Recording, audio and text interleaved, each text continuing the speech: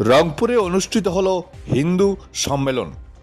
ভক্তি শ্রদ্ধা আর সনাতনী ঐক্যের আহ্বানে মুখর হয়ে ওঠে শিলচরের বৃহত্তর রংপুর এলাকা।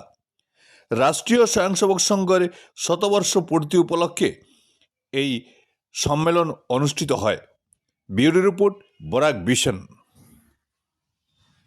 হিন্দু এমন একটি জাতি যাকে বলা হয় তাই যে সনাতন এবং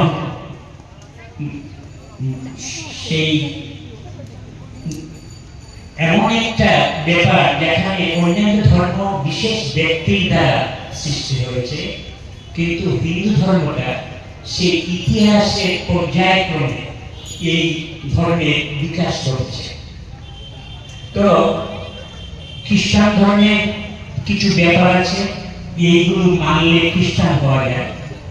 মুসলমান ধর্মের কিছু ব্যাপার আছে, সেইগুলো মানলে মুসলমান হওয়া যায়।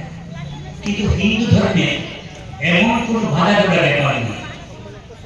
দেখা যায় যে হিন্দু পরিবারে জন্ম হয়েছে সেই হিন্দু, কিন্তু এর মধ্যে কিছু মৌলিক ব্যাপার রয়ে গেছে।